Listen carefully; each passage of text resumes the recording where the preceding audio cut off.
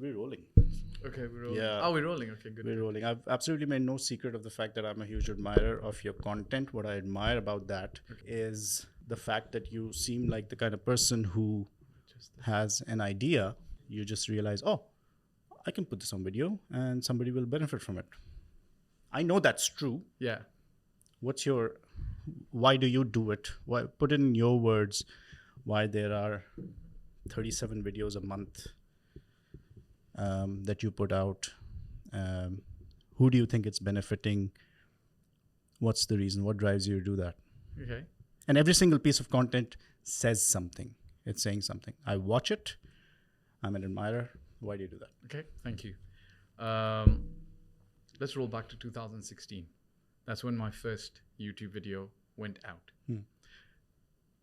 My biggest inspiration at that time, what everybody knows, Gary Vaynerchuk. Of course. Everybody knows him, yeah? And then if you know Gary, and if you've known him long enough, then you know that he started with the Wine Library back in 2001 or 2002 when YouTube was not even like the biggest thing. What was he doing with Wine Library, right? He had his father's wine business.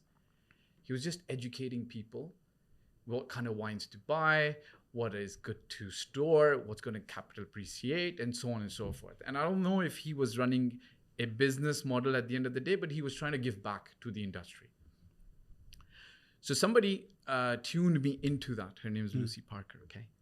She said, like, Fahd, everybody, all of you guys should be doing this, educating people out there, telling them, about real estate, so on and so forth. Now, I've had an interesting journey myself. I was an investor in 2008. I've been a broker agent since then, or even before in Toronto. But I know that the market out there is a little bit tough. Like Dubai market's grown in a way. Tough for who? Tough for everybody, because we're still young. We're only 20 years old. So if you go to, let's say, Canada or the US, where laws and property laws have been around for hundreds of years, More established, more mature, less of the cowboy, less of the risky situations. So it's tough for everybody, not just the buyer, the seller, who are our end clients, but also for brokers, right? So it's a tough market in the sense that we're not mature. We're getting there, right? Absolutely. Alhamdulillah. So I decided, okay, look, I want to actually, the primary purpose was, okay, let's get some clients from YouTube. Like, I'm not going to hide the fact that Did you think at that time that you'll get clients? Look, anything as a realtor or a broker or an agent, anything we do now after so many years, I know that we don't know what's going to happen at the end. Like, I like there is no sure shot way that, okay, if I go to this networking event, I'm going to find a client. If I make this video on YouTube, I'm going to find. You do it with good energy, try to keep the end user in mind, try to give them value, and then leave it for it to come back to you. So did I know it at that time, your question? No, I didn't know about it at that time, that this was going to help me bring clients. Did you think it was going to? So, but you've answered the question. No, of course not. No, nobody knows. We don't know. No, that's a good question. So you had a slight differentiation then. Did I think I wanted? I didn't think that it would necessarily translate into it. I just started and then kind of like stuck with it. Took a break, stuck with it, took a break, came back to it. And then I started seeing results from it. So coming back to your original question, like when you started, did you think that you would get clients and why did you start doing this? Gary was the inspiration. I started doing it actually to put value out there. And I then recognized from the people who were coming to me saying like, we like what you're saying, it's helping us. To the extent like today, sometimes like last year, somebody who's opened a cafe on Sheikh Zayed Road, never signed up to be a client of mine, but came to me and said, thank you very much. He's bought 5 or 6 properties in Dubai from just the advice I've given on YouTube. So, and I benefit from other ways. So I don't mind if he's not been my client. So it's perfectly fine. So I know today that people do benefit from some of the finer points that I talk about on YouTube. I agree. Did I answer your question? Of course properly? you did. Of course you did. That thing that you said that you do it and then you just leave it. Yeah. You leave it. You know that somebody is listening. Somebody will take benefit from it. We're not owed an audience. Yeah. Right? That's true. I think a lot of people in this day and age with the likes and views on offer, I'm going to say because I think it's a hack people think they are owed an audience. I'm going to write a piece of content about you think social media is bothering you now while you're not doing it. Wait till one of your videos go viral. Right. Yeah. So when you get 50,000 comments, you put up a video showing a $50 million mansion, and the comments are like, "Here's 10K, take it or leave it." Yeah. Deal with that. Yeah. If let those notifications bother you, that's when you're in trouble. Yeah. If you're not doing any social media right now, it shouldn't be annoying because Yeah. Yeah. I understand what you're saying. This is my opinion. I think at every stage, the challenges are different. they will. Yeah, So I think most people don't do it because, well, I'm not going to go viral. I'm looking at all these viral videos. I'm not going to do what that person's doing. I certainly don't want to look like I'm doing what that person's doing. So I'm not going to do it. People then don't do it.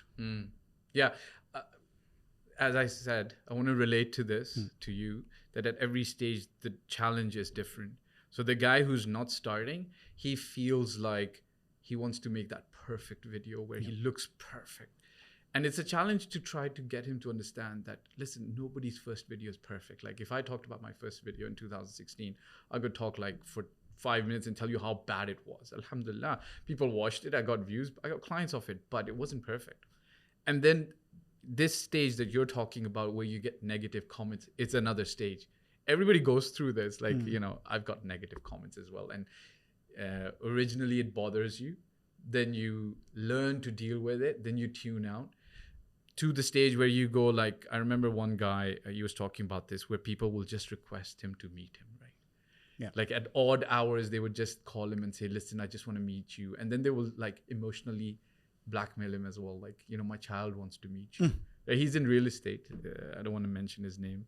Go mention his name. Realtor and Harley Zohaib. He's kind of another version of that person. Yeah. People message him. People message, I just want to meet you. Please, I want to meet you. My only thing is Different challenges. my only thing is that the audience you're trying to cultivate? So it's funny. What you're saying is absolutely true. I think as a realtor, because you're in business, at the end of the day, the content that we're making, it's great to give value. But at the end of the day, a lot of people might or might not know this. At the back end, we are in business of selling, buying property, right? We're helping people to invest in Dubai real estate. I think from a realtor perspective, and again, that's a challenge and you have to face up to it. How do you do that? You filter them out. That's what I do now, right? I used to be in the earliest stages, people would drop me a message, then I'll talk to them for an hour. And then, after you do that a couple of times, like maybe 10, 15 times, and you're thinking, okay, this guy, all he wants to do is just get advice, which is fine, right? But it's free advice now. And it takes an hour of your time, but there's no deal at the end of the tunnel. Then you're like, okay, do I have that time to do that with 15 people? You figure that out after. Yeah, the way you figure it out is like you just create systems to guide them, right? So the system that I have is, listen, you want to meet with me? Most welcome. Just be qualified, pay in advance, which I do. I charge for meetings. And then I'm happy to meet you. But if you don't want to pay, that's perfectly fine. Just send me a question and I'll answer it live for free. Right? I'll take your question, and the more detail you give in your question, whether in the YouTube comments or even on WhatsApp, I will take it up and I will answer it live for you. That's a very good idea. So if you don't want to pay, you don't need that kind of service at the moment, that's okay. Just send me a question, I'll answer you. Your team's growing. A lot of people want to come into real estate, join. They're seeing the glitz and glamour. They're seeing success, good success stories. A lot of people want to come in. Some people will succeed, others won't.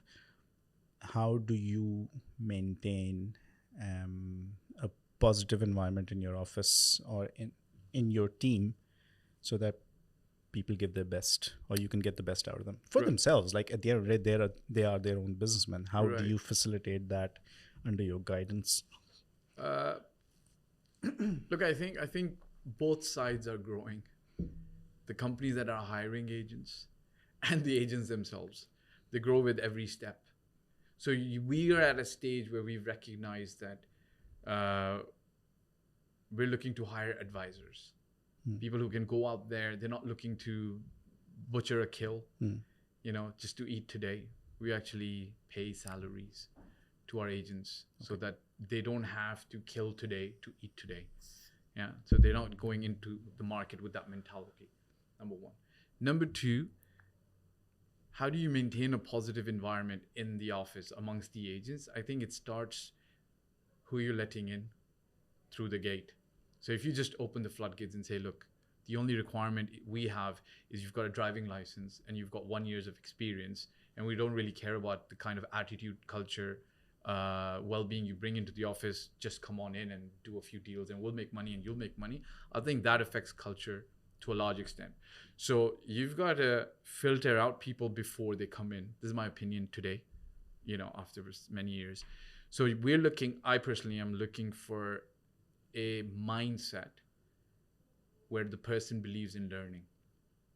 So if he believes or she believes that I've got to learn before I start earning, then they've got the right mindset to accept mistakes, accept new ways of doing business, which might be better than what they've already been doing. Get better themselves, because nobody's born perfect. Everybody's coming from a different background, and so on and so forth. After that, you provide them with good training structure, and then retrainings occasionally. Like, so I'll be honest with you, like sometimes like you might have to actually go back to your entire team. And it's a small thing, because being an agent or an advisor or a realtor is aggressive business. So somebody might be in the middle of a deal and, they might be slightly stressed, but that doesn't give you the right to talk to your colleagues in a rude way. But I've been around the block long enough to know that agents do that, right? They're sometimes aggressive, sometimes they're rough. They think they're in this business just to make money, and being rough to a colleague or being not nice to somebody else who is supposed to be helping them, supposedly from the support staff, is okay. It's not okay. So you've got to retrain them. You've got to get back in with them and tell them, like, listen, guys, communication is key. So I'm just giving you a small thing. And so you train them again. And I've learned this now, that training and retraining agents is an ongoing process. Isn't it tricky though? Because training, retraining, not everybody has the same levels of patience in this business that you need to stick it out. If I haven't done a deal in 3 months of joining, then I'm worried. If it's going into 5 months, then I'm losing hope. And 5 months is a long time. It's a long time, not from the experience point of view, but from just being a real estate agent and not doing any deals. I completely agree. Go back to the first point I said. Does this person have a learn before I earn attitude? So somebody who is willing to learn and then adapt to the structure and process that you give them, Asad, there is no reason why they're not going to do well. So think about this podcast studio, right? By the time you do like your 20th or 50th or 100th podcast, you're going to be super perfect. You're going to be good. I will have learned many things, But you've got to get there, right? Yeah. So the guy who's not doing a deal today, right? What's the easiest way to explain things to him? It's very simple. It is a numbers game at the end of the day. So every day you've got to get up in the morning, go to the field, plow the field, water the field, and then come back home. There will be a time for you to harvest. Some people get that in the first month, some people in the second month, third month, some people wait till the 5th month. Now, if that can't go through somebody's brain and they're frustrated, so be it. That's their life. You can't change them. Let them be. Hire by seeing who is willing to learn. And you're not perfect, so some people will get in who tell you they want to learn, but give them the training and the structure, provide them that guidance, and then mentor them. And some people will last, some people will not. Like, when I started doing this, it was my goal to get everybody who worked with me to make $1 million dirhams in the first year. And I was so full of myself. I thought, because I can do this. I can lead, whoever, I can motivate. I can do this for them. And you know what I realized? You can't. It's they who come with the right mindset, put in the right work. They're the ones who achieve by God's permission. You can't do nothing. You know the age-old saying, you can take the camel to the water, can't make it drink. So you can have the best systems, the best mentorship, the best training. You can give the best lead to an agent and he'll still not close it.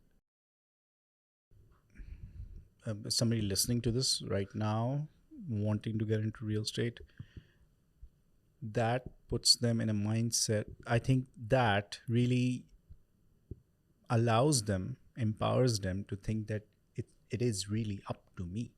So now it comes down to finding a good agency that has their processes in place in terms of marketing, in terms of training, in terms of their visibility and all of that. And then once that is in place, then it's really down to me to go in and do the job. Yes. So that's the environment you create, and that's what people thrive It boils in. down to you. It boils down. It boils down to that. How long have you been telling people to produce content? Yeah. And some do, some don't. Yeah. Why? How many people can...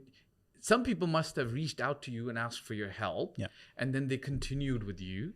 Some people perhaps did one video with you and then walked away. And they never came back to you. Maybe they paid you for your time. Maybe you didn't. Whatever the case is. At the end of the day, everything's available, right? It's those people who choose to go forward with the systems, right? How difficult would it be to become friends with you and then take you on and start creating content? Because you're motivated. It's just how many have done that? Right. So it's similar then. Yeah.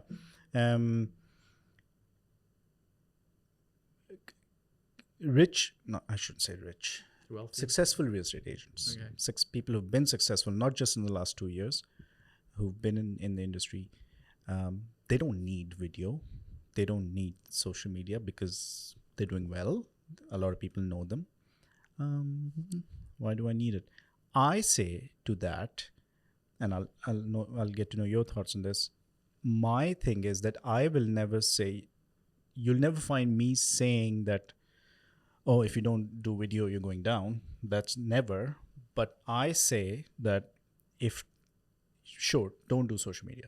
But if tomorrow morning you're going to the office and you pick up the phone to call someone that you've never spoken to before, social media does the same job. Mm-hmm. You're calling someone to reach someone new. Right now, somebody is watching some dumb video of mine and saying, yeah, this guy, it makes sense. Yeah, I like him. Yeah, I can't agree more. Right? Like, it's kind of like allowing your brand to lead the way, right? Just exist. So it exists, and you're saying that it will lead as well, right? So it actually goes before you've actually picked up the call. Yeah, I agree with you.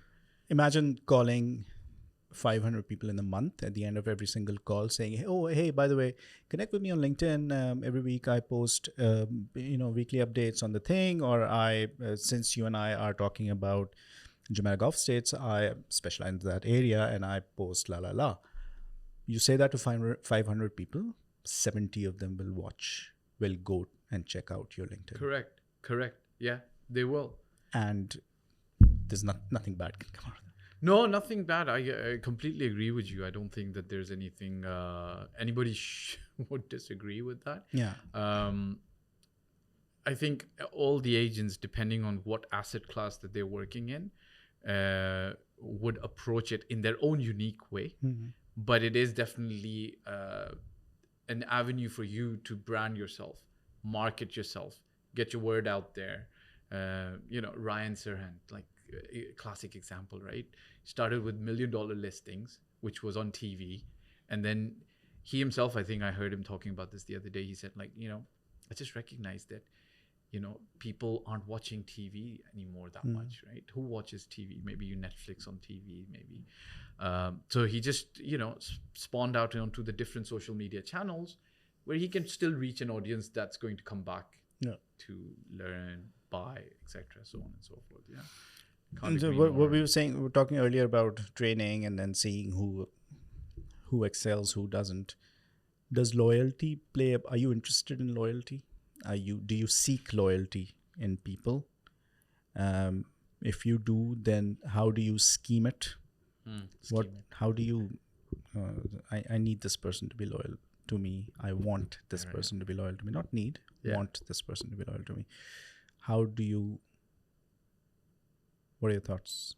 How do you go about doing? I mean, of course, there's no structure to doing that, but I'll answer it like this. So loyalty, for me as a human, as an individual, Fahd Dawood, is super important, obviously, right? Like plays a key role in your life, so on and so forth. So loyalty is super important. And especially in this business, Yeah. But many distractions. I'm gonna now frame it in another way as well. Okay? Okay. At the end of the day, though, loyalty is super important. But I recognize everybody's in the game to make money. Yeah, some people want to be billionaires, millionaires. Some people want to buy their wife a nice bag, go on a holiday. Some people want to make the bare minimum. At least everybody wants. So while for me, loyalty is super important. At the same time, I realized that everybody's in the game to get money out of it, right? So that monetary figure is going to lead where their loyalty. I get it. So You've answered the question. As a mature person, I've got to respect that, because I say this to people as well. You know, I don't know. Back in the day, my father, right? He worked 28 years with the Dubai government, right? My friend's father worked for 40 years with Dubai Petroleum, right? Back in the day, it was like you went in one job and you worked there for ages, right? You worked till you retired. That doesn't apply anymore, right? When we started working 2004, 2005, and then the global financial crisis came in, there was no such thing as job security. Like, you have a job for life. It didn't exist anymore, okay? So number one. Number two, if somebody is loyal to a company, let's say now, not talking about a broker, but an agent. If you're loyal to a company, that company is not loyal to you. They're only loyal to you as far as... So I'm talking about 9 out of 10 companies. I'm sure like some companies, even in the pandemic, never laid anybody off. Right? And they still paid them. Yeah. Like if not 100%, maybe 70%.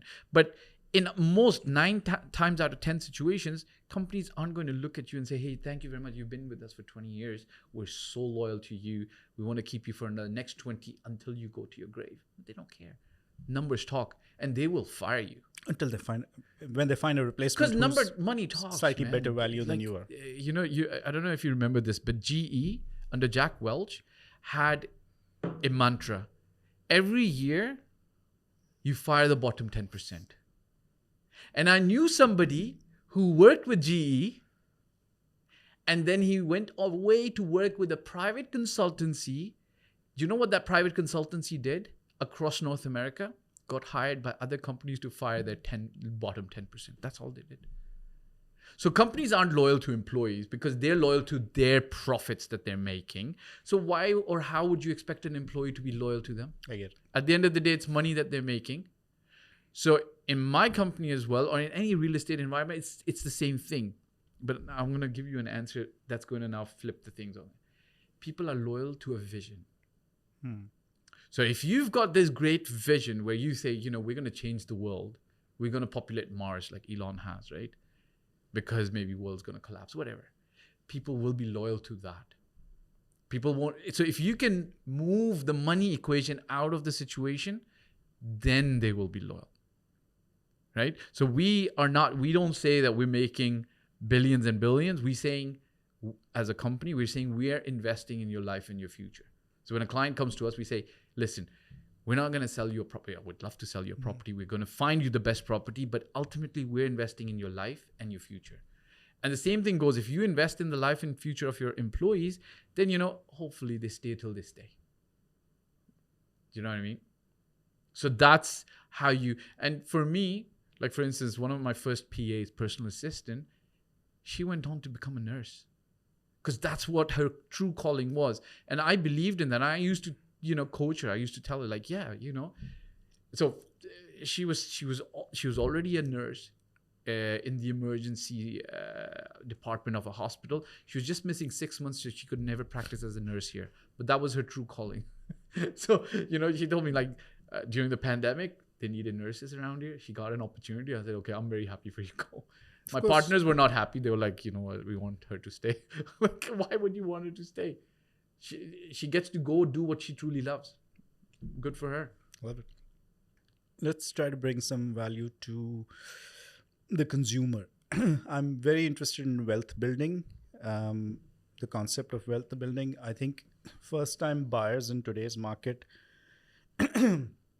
first-time buyers want to buy the dream home their first home to be their dream home. Of course, some people can afford whatever it is, but I personally think, from what I see, I think the whole idea of build your wealth through property, through real estate, over time. Buy something small, rent it out, invest in it, blah blah blah, sell it, blah blah. Wha- That's essentially, so when you what I wrote in my question is that you're essentially doing that for your clients who come back to you. What are your, how do you maintain that?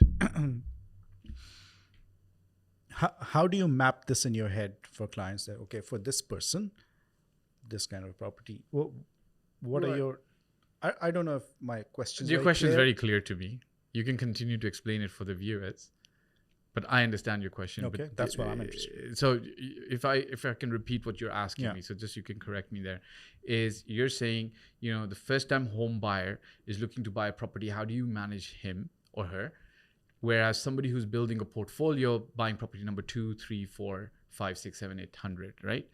What is the approach to that person? That's and how more do you, valuable than my question. Please go on. yeah, and how do you map that out? Look, the first time buyer is a completely different art to catering to them versus like the buyer who's bought even one property in Dubai and is now on property number 2 or 3 or 4. The way to cater, in my opinion, only, okay, this is my opinion, there'll be many other opinions out there, is to understand the needs of that particular person from their own mouth and their own mind first. Do that. Then add your experience to the mix to guide them through the process. Obviously, the first time buyer, if there's 10 questions that they can ask about a property in the Dubai real estate market, they're going to ask 21. So you've got to be very patient with them to be able to guide them along the process. You've got to be in a position, and it's an art at the end of the day. It's a science and an art, because I said, I might meet you and I might, because of my experience, after one meeting, know exactly what's going to be the perfect fit for you. My opinion now. After I've understood you and I sit with you for an hour just to understand your requirements. So we're still talking about the first buyer now, okay? However, I'm going to still take you through the process of educating you, letting you know what's available in the market, and helping you decide in a consultative process where we're both making a decision. Now, you're going to actually end up telling me, Fahd, you're the expert, make the decision, but I want you part of the process. Unless you're some super busy football player playing in the league in Spain, and then you're like, Fahd, I don't have time to talk. If it's good, just do it, pull the trigger. I'm sure you've done a few of those. Yes, but you know what? Even they have questions. Even they've got questions like, Fahd, do you think it's correct? Hey, Fahd, can you speak to one of my friends, who's based in Dubai, and just let them know that this is the right property? I value their opinion. So could you please? I was like, yeah, welcome. Bring them on board all through the process. So the first time buyer is like you're almost handling a child. Like, be nice with them, kind to them, protect them, help them buy the best property. Now, this is for the viewers. You might not end up buying the perfect property first time around. It's like, I said, if somebody understands cricket, it's like coming into the innings and the first game you want to play, you want to make a century. Sometimes yes, sometimes no. And I'll not be the one to say, yeah, if you work with me, I'll make sure you score a century. Might not happen. So that's the first time buyer, right? The portfolio, or the guy who's got 100 properties in Europe, he's a different art. He's a different person. He understands the market. He understands numbers. Sometimes you don't even have to tell him, but he already knows the answer. He understands buying and selling. He understands buying, selling. He understands value. Like I was dealing with a client the other day, and the gentleman has 170 apartments in Europe, right? He's bought 2 over here. He understands value far more than the person who's buying the first apartment, right? But with him, you are learning as well. Like you learn from the first time buyer as well as a advisor. With him also, you're learning. His decision making is very different though. Like he's going to be very fast. He's going to ask you very pointed questions, and then you guide him along the process. Now, I'll give you an example of a portfolio that you're managing for a client. Like, for example, one of our clients owns a penthouse, and we just acquired it last year. And he's relying on our advice to sell it or retain it for rent. It's a great property at a great price. This is where you as an advisor need to come in and tell him, like, listen, don't sell this. It's a great property. And obviously, what do you base this on is, of course, you've got to ask him and his situation. Do you need this money? Do you have another property or an opportunity to invest in? No, I don't need the money. Well, then you're not supposed to sell. Because if you don't give him this advice, or if you tell him, no, you should sell because you can make maybe $100,000, $200,000, that's wrong. Like, technically, you're going to suffer later as a realtor as well. I've been in the business long enough to know this. Like, you might give him bad advice, and we ask God's forgiveness, if any of us have done this, but it's not good. So he is a different person, and the art of managing him is different. And if you are a realtor who's trying to grow into managing portfolios, it will come to you. You will learn with every step. So it's different people, different stages, and the art has to be learned on both sides. First time, portfolio, the guy who's a multi-billionaire, different arts, different way to deal with these guys. Who are you having more conversations with these days? Buyers, sellers? So we're buyer focused.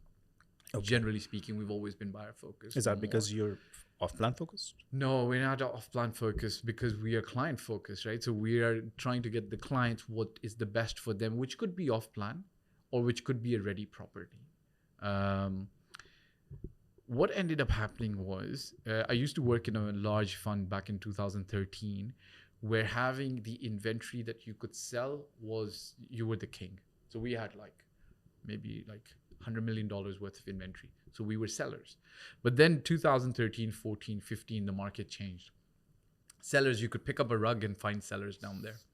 Yeah. Everybody was a seller, right? Bless them. Which is true for buyers right now. Which is true for buyers right now. To a great extent. To a large extent. And then at that time, servicing a seller was challenging because they didn't have the power.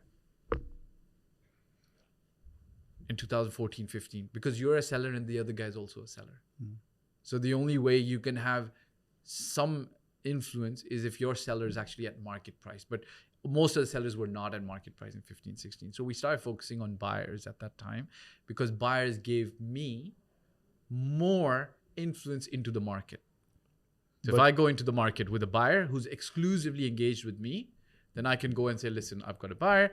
Now we're going to look at the entire market for the best opportunities for him and then bring it on board for him. But I'm sure it was tricky to be in a buyer's market, siding with buyers because... Now, you mean right now? No, then. Yeah. Because... It was a buyer's market. Buyer's market. Yes. And you were representing more buyers. It's good because there are fewer buyers. So the one that you lock in, that's your guy. Yeah. In most the guy cases. who trusts you, likes you, maybe likes the color of your eyes, likes the way you speak. Yeah. Yeah. If he's locked in with you and you can give him that service and that value, then yes, you've got strength. So why do that in the seller's market? That's a good question because we develop... I only ask good questions. Thank you. You're welcome. Because we've got a complete framework around how we help the buyers step by step. We've got a seller's framework as well that we implement for sellers as well. But from a buyer's perspective, we've just got so much depth in helping them buy the best property. Because you've got to still remember, even if it's a buyer's market, buyers still need to be serviced. Yeah. They still need to be helped. They still need to be given good advice. Yeah. Yeah. You still, some buyers there are cases where buyers are pretty much buying blind, but they still need advice. They still need help. So we continue to service that from a buyer's perspective. Love it. I wrote an example. I created a scenario. The one I sent you. I have 1 million dirhams in the bank account, disposable. Want to do something with it. My friends are buying property. I want to buy property. I need a property in 3 years. So that at the end of that 3 years, my 2 daughters who are 5 and 6 will be in that age where I can bring them here and have them grow up here until they're 18, 19, go to college, and then because I want them to live here. And that's when 3 years later I'll move to Dubai. I currently am kind of stationed here, but I know that there's a chance that I'll move to Dubai in 3 years. Where am I putting that million dirhams in? It doesn't mean that I don't have any more money. It's just that for right now, Sure. where am I putting that million dirhams? Sure. 3-bedroom. So 3-bedroom, 4-bedroom, 1-bedroom, whatever the case is. I'm going to guide No, you. I need a 3-bedroom. You need a 3-bedroom is perfect. Good. I'm going to guide you through the process that we lead a buyer through, okay? We're going to spend about 60 to 90 minutes with this buyer and his wife, potentially, because spouses are very important in making a decision if he's married, so for sure. And we go through a series of questions to uncover their needs, sometimes which are hidden. Sometimes they can't express. Like, you've just given me like a quick snapshot, which most buyers will give to most brokers. Now, that's great. It's a good starting point, and we can have a simple conversation on what might be good, might not be good. But I'm going to now sit together with you, spend 60 to 90 minutes. My team's going to do the same if they're dealing with you, and we're going to ask you and uncover a lot of your requirements. Like what? I'll start you out. So just to let you know, even though I've been doing this for 7-8 years in this structured format, I still have paper and pen in front of me, and I'll lead you through a paper and pen questions. It just makes the meeting very structured. So I'm not talking about fishing and how your life is. We're talking business in the 60 to 90 minutes. It's my job to get you the best available property in the budget that you have. Okay. So I'm going to ask you many questions. Have you invested in Dubai before? If this house is not, you're not going to be living in it immediately. If it's an investment house, what are your investment objectives immediately for the next 3 years if you're going to be renting it out, or what kind of capital appreciation you're looking for? But even before I get to capital appreciation, I'm going to ask you, what's your lifestyle like? Are you people who like long walks and access to parks, or do you like to be close to the city for fine dining? Or do you guys like to be close to the pool or the beach or so on and so forth, right? That's one question I'll ask. Then I'll ask you, are there special needs that need to be met? Are there parents sometimes visiting you? So I know, if it's a townhouse, you're going to need a room downstairs with the bathroom and so on and so forth.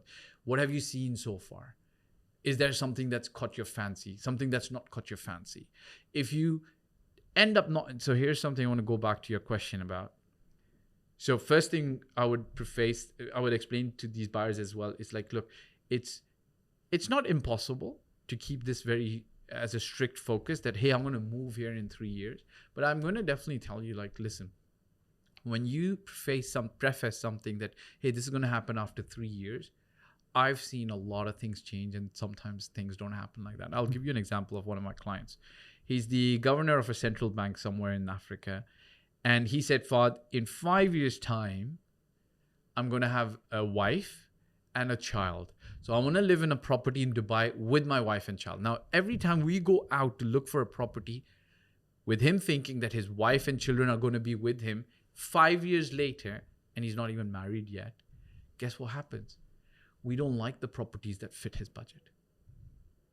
Because the properties that he wants for his future wife and children have to be big with maids room, so on and so forth. So I'm going to tell my buyer, preface it, listen, we can start the journey looking at it as a home for you, but let's not take the investment equation completely out of the window. That perhaps you might not move here. But as I'm going through the questions with you, I'm going to uncover how important it is for you to absolutely move to Dubai. But wouldn't this person say that, what do you mean perhaps I'm not going to move here? I'm telling you that I will. Yeah, but it's my job to bring more to this equation, because you're buying your first property perhaps, and I've helped hundreds of clients. So I've seen this pan out with many clients. So the reason I'm saying this to you is, let's imagine you're the buyer, okay? I've seen many clients try to go down that road, but they never moved to Dubai. Right. So then that property that they paid extra for because it ticked all their boxes as a family property is not giving them the same return, and they never moved to Dubai. But then if you say to me, for example, I've got some clients who are I just want my children to be raised in the environment, or the peace and security and the conservative environment Dubai offers. And you can discover that when you're talking, and they say like, it's very important for me. Now you know he's going to move here. So then you're going to, okay, I say, okay, you know what? Fine, I get you. You will move here. Fine. So we go down the process along the line. So where were we? Now we were at the question about renting. Let's say you don't move here in 3 years. Do you want to rent the house out? You don't want to rent it out? Do you want to keep it empty? What kind of tenant are you looking for? Then we move into location. So your children at that stage are probably going to be at school age, yeah? If you're not homeschooling them, do you need them to go to a certain school? So now you're going to tell me, yes, we've already got, all my friends' children are in this school. That's where we want them to go. Or I'm French. Let's say you're French, and there are 2 good French schools in Dubai, and they're in this area and that area. That's where we want to go. So now I'm going to ask you, like, okay, what's your commute time for your children? 30 minutes is okay. Cool. Or you say, no. More than 10 minutes, not okay. What about your work?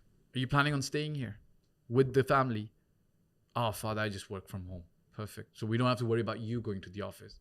If you tell me, no, I've got my warehouse in Jebel Ali, now I'm starting to think, okay, and do you have to go to the warehouse every day? No, I go there once a week. So it's okay if you have to travel an hour, that's fine. But for the kids, got to be close by. How are they going to go to school? School bus or mom? Who's going to drop them? Right? So I'm asking so many questions, and it's not about just to understand them so I can sell them, but so I can find him the best property, right? Then I go into like what size rooms you want. To how big a plot of, did you say townhouse or you said any property? 3 bedroom. 3 bedrooms. So now you're open, right? So now I'm going to ask you like, okay, apartment or townhouse? Why or which? And generally speaking, if the spouse is in this, we recommend that the spouse should be there. They will have a preference. Look, we're very in favor of a townhouse, but we don't completely neglect an apartment. So what we'll do is, in this scenario, we'll say, okay, fine. When we do go into the market looking for a property for you, we'll do about 10% apartment search as well for you. And then 90% or 80% focus is going to be on townhouses. If you're telling me we like a townhouse, we're coming from a townhouse, we have pets, we want to sit outside, so on and so forth. So we'll do it like that. If you say, no, I just want a townhouse, I don't want an apartment, we'll focus it like that. I'll still tell you, listen, you've never lived in Dubai. I'm still going to show you an apartment. Look at it once, just disqualify it. And you'll be like, okay, cool, no problem. I'll have a look. No problem. What I love about what happened in the last 5-6 minutes is that I didn't get an answer to my question. But that's exactly because what's there is no supposed to perfect happen. answer in the Because beginning. when people come in and say, hey, I have this money, where do I go? That is what will lead them to go where they want to go. Yeah. All of this curiosity. Yeah. Because I could expect somebody to say, oh, $1 million dirhams, move in 3 years. Okay, let's see what is it getting handed over in 3 years. $1 million dirhams, so it'll be 3.5. Your next stage payment is this, The Mat Lagoons. That's fine. See, Which is fine. Which It's is just fine. that. Think about this now, Sid. Okay. I get your point, and I Yeah. get the point you're trying to make for the people, right? Yeah, but that's what I'm saying. I don't like that scenario. Well, that's how the market is played. Yeah, that's... Think about this, right? The Mac Lagoons. Okay? And you're coming to me, and you're saying, I want my kids to be in Dubai and I want them to be able to go to a masjid. For example, I got to be honest with you. I got to tell you, like the Mac Lagoons, I don't know when the masjid's going to be there. I don't know. Like maybe it's there. But then I'll tell you, okay, fine. I'll look for a townhouse close to a mosque for you, right? You tell me like, hey, you know what? I want a conservative community. I've got friends, I've got clients who've come to me and they've said, look, we are coming from France to Dubai and I want a community which is more conservative than what we have in France. Okay, I gotta look for that kind of environment for you. If you tell me, like for instance, I asked you, like if your office is in Jebel Ali and the kids' schools is here, if I don't know where your office is, where you're commuting, what kind of room sizes you want, I ain't getting. I'll give you another one. Like for instance, I wasn't done with the questions that I was asking. Some people can live in small houses because they're coming from small houses, right? So smaller communities. This is a fact that the rooms in Dubai, in every single community, are getting more squeezed. Yeah. Yeah, they're getting smaller. It's a fact, right? Because Dubai is going to follow New York and London. So this per square foot price is inverting. You've been in the market long enough, so you know this. The per square foot price used to be higher on a studio and 1 bedroom because they were more in demand, and lower on a 3 bedroom because you were buying more square feet. In New York and Toronto, London, they don't follow it. Having a bigger space, bigger rooms is more luxury. So the per square foot price is higher on a bigger apartment. Very interesting. So Dubai is already following that. Dubai is also following smaller rooms. Are rooms getting smaller or not? Yeah. Right? Across the board. Like we're getting like Dubai Creek Harbor, 3 bedrooms and 1,600 square feet. You know, remember the That's days small. that used to be 2,200 square feet, right? Same thing. So now, if I'm not asking you, like, what kind of rooms do you want? What kind of square foot do you want? And I'll sell you a Damac Lagoons off plan. 3 years later, you're gonna come back to me. I said, "You like, Father, I can't live in this."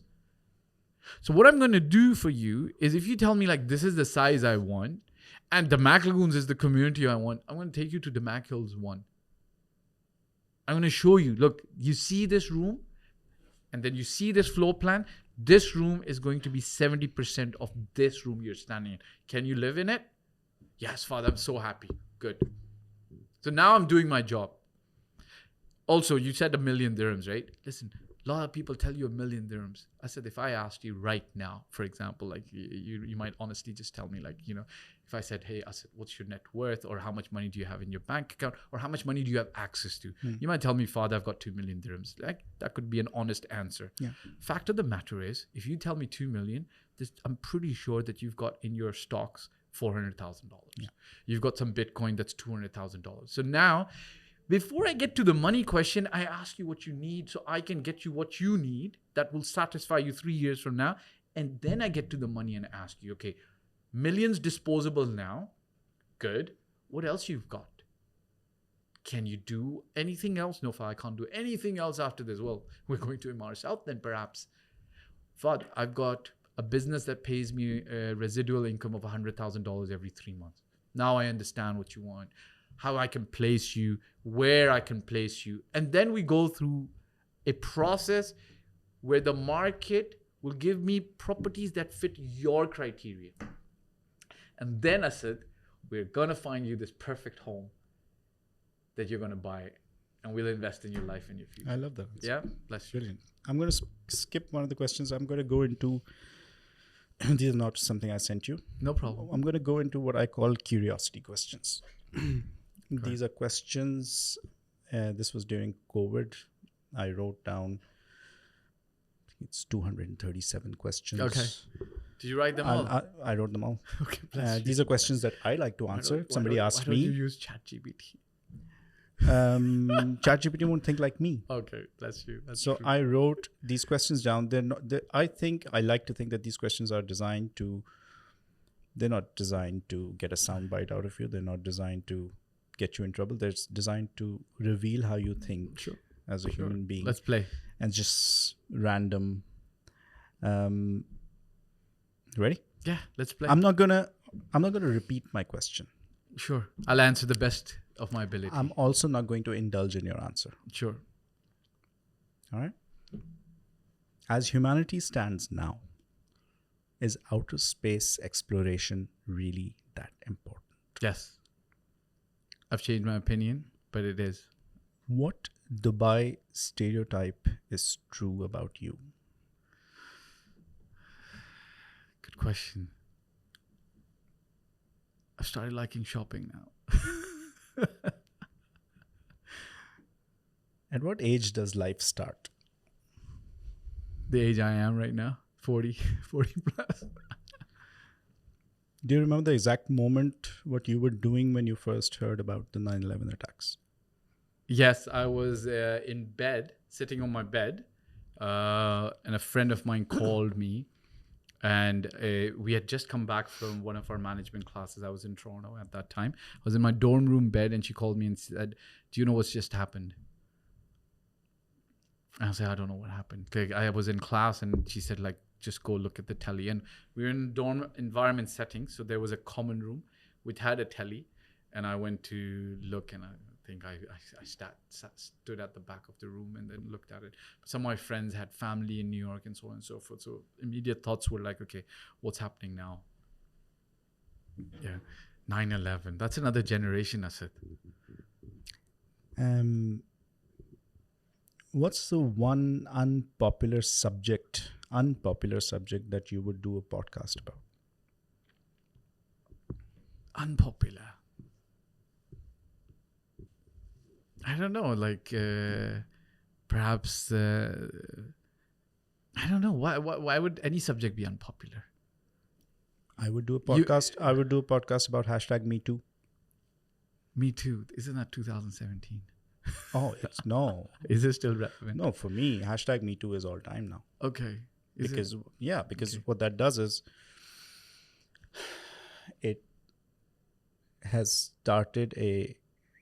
allowed and created a space for conversations, which when we were growing up wasn't that important.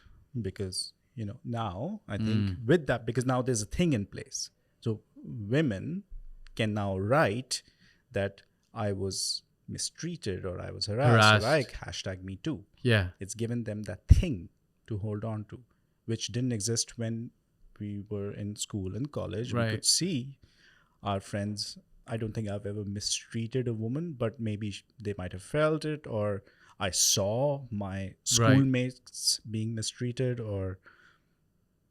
but there was nothing to hold on to and say, you can now speak under this platform. So that's why I think that thing is all But time. do you think it'll be unpopular? Perhaps Because a lot of people, it'll be unpopular, like unpopular in the sense that there are unpopular answers or unpopular opinions, right? Yeah. That's something that's, a lot of people say, no, that's not true. Right. Women do their own thing. Right. Have you seen what they do? Have you seen how they dress? Right. So uncomfortable. Yeah. So that Sure. that kind of a audience, that's where the unpopular comes from. Sure. I mean, I could do this for 10 hours, Okay. but let's wrap it up. Okay. Yeah, I didn't answer your question, though. I don't find anything unpopular. I think it's a valid that's your answer. thing. Yeah. That's your answer. Yeah. Yeah. Okay. Good. Loved it. Good. Alhamdulillah. Thank you very much for having me. Thank you for coming. It was my idea. The reason I'm doing these podcasts myself is because it was like, why wouldn't I? Like, I've got my space. Yeah, you should. Let's Yeah, talk. And absolutely. I want to bring people on to talk as well. I just think somebody watching you saying, somebody watching you talk right now, an agent, whether new or experienced, is thinking, I can talk like that. I say these things to clients on my phone all the time. So why don't I start making this content and put it on social media? Yeah. That's the effect. Yeah. I That's hope what it I hope does. they do. I can talk like that. I know exactly what he's saying, and I say these things to my client. I should be, just the way he's on, I should be on. Yeah, yeah, absolutely. So let me ask you, Asad, what do you think is the next thing? So I'll preface this by saying, 2016 or 14 was about getting out there. I remember Gary used to say this, like, you don't even have to care about what kind of quality recording and voice, just put it out there, right? But that's changed now. Like, if anybody's making content, you definitely have to have like your sound clear, your video clear. And at that time, it was more about, okay, educate the client. Tell them, what are you seeing now on these platforms, YouTube, Facebook, TikTok, Instagram? What are you seeing as the next trend? Obsession with virality. It's not a good trend. No. So what's a good trend that you're seeing that it's going to happen? To happen. Where is it going now? What do you think? So let me pick your brain because you're in this area more, right? I just think I don't think anything special is going to happen. Whatever the platform is, TikTok is now a current platform and kind of taking over Instagram, just the way Instagram was a current platform in 2015, taking over Facebook. 5 years later, it'll be another platform. So it's not about the platform. I think people just have to, this is about visibility, and this is about, being top of mind. Everyone's doing whatever business you're doing, everyone's attention is here. So whatever we're selling, this is where we need to be. So if today's platform is TikTok, be on TikTok. 3 years later, if it's the metaverse, be in the metaverse. Metaverse kind of died down, right? Or The it talk- might come back. No, You don't know. No, it will. It of course it will come Right. back, because we live with the presence of digital technology so close to us all the time. So as human beings, we will welcome the metaverse concept when it becomes an everyday thing. Yeah, we would. I would like to meet you in a metaverse podcast studio. Then I'm going out of business because this studio won't exist. In the Then metaverse, you'll have it in the metaverse. the only thing I don't understand about metaverse is, if I have a house or a piece of land, how is that creating value? Unless it's next to Sheikh Mohammed's house, then it has value. Other than that, nah. But again, just the way people wouldn't think that, in a desert you could build a street like this. 50 years ago, somebody would have said that's just ridiculous. Well, it isn't. So sorry to cut you, but you see the trend for the last 3-4 years was, okay, just get onto YouTube and try to educate your clients, and hopefully they'll like what you're saying and they'll feel that it's valuable content and they'll come and work with you. And now I see a lot of brokers trying to do that, which is great, right? What do you think as the next thing? Because the moment a lot of people start doing it, some providing real value, some providing just, and it kind of shines through. some providing value, some marketing. Marketing, that's fine. What do you think? Where do you think this goes from here? More of the same. More of the same, Just you keep think? doing this. This isn't I don't think there's a next thing. Attention hasn't evolved into something else. Attention remains attention. Me Right. wanting to seek attention, not validation, attention of the kind of people that I'd like to work with me remains the same. If I was alive 75 years ago, I would have used the tools of then. Yeah. See, like, and I'll come back to my question again. See what happened. Like, when did these podcasts start really taking off? I think 2012, 2013, 12? 2014. But how many people were doing podcasts? Like, you know what I'm talking about? First, it was like this Joe Rogan, and then a few other top ones, and then Logan Paul. Is that Yeah. the guy's name? Yeah, Jake Paul. yeah. He's Everyone has a he does podcast. one, right? And then so we started seeing, like, back when Gary was talking about it in 2016, he was like, okay, you guys should do podcasts. You guys should do podcasts, and then you can put it on, where do you put it? Spotify, right? Spotify, and then you can cut it up. And then everybody was like thinking, okay, we'll do a podcast. And then you started seeing people started doing it. Now, everybody's doing it almost. Like, Is everybody doing it? like, when it filters down to, But just so like many everything, are people they doing it? Like, for instance, just in real estate in Dubai, how many agents are doing podcasts? Yeah, there's like 7 or 8. Oh, yeah, only 7 or 8? I thought it was like bigger number. Like, No, okay, 7, so 7 or 8. 10 people are doing. So that's the new trend. Like, it's finally trickled down to everybody doing it. Like, what I'm trying to say, Asad, is, How do you differentiate? what if you were doing this like 6 years ago with the studio? Oh, my goodness. Huh? So you would have My like 120 episodes out. Yeah. That's what I'm trying to say. This is something yeah, I what's said the about next- social that's what I'm media. saying. This is something I said about social media 4 years ago. People say, oh no, yeah, everybody's doing it now. Well, out of the 100 people that are doing it, be assured that 90 will give up. They will, because they didn't get enough validation. Yeah. Not enough people liked it. Not enough people engaged it. Their aunt said that, what's wrong with you? Their friends said, what, are you trying to be an influencer? And 90 of them are going to give up. So that the thing that you're saying, everybody is doing it and what's next and how we're moving, I think that it will always remain in that 10, 10, 10, Right. 10, 10, 10, 10 with different people. So get in there and be consistent. Yeah. So you see this podcast format being available or being the next thing for the next 4 or 5 years, 3 years, 4 years, 5 years? 6 years. As long as people are listening, Yeah. as long as language is understandable, Isn't this it's funny? really simple. Isn't this funny though? People's viewing habits. You remember we used to watch long YouTube videos? Yeah. And then long Facebook videos. I still watch long videos. So you're like, I watch you're a guy different, person. standing in front of a whiteboard. If I'm interested in the subject, So I'll you'll watch long, him. yeah, okay. But okay. and that's me. So I'll watch the entire 27 minutes because I'm interested in the subject. Sure.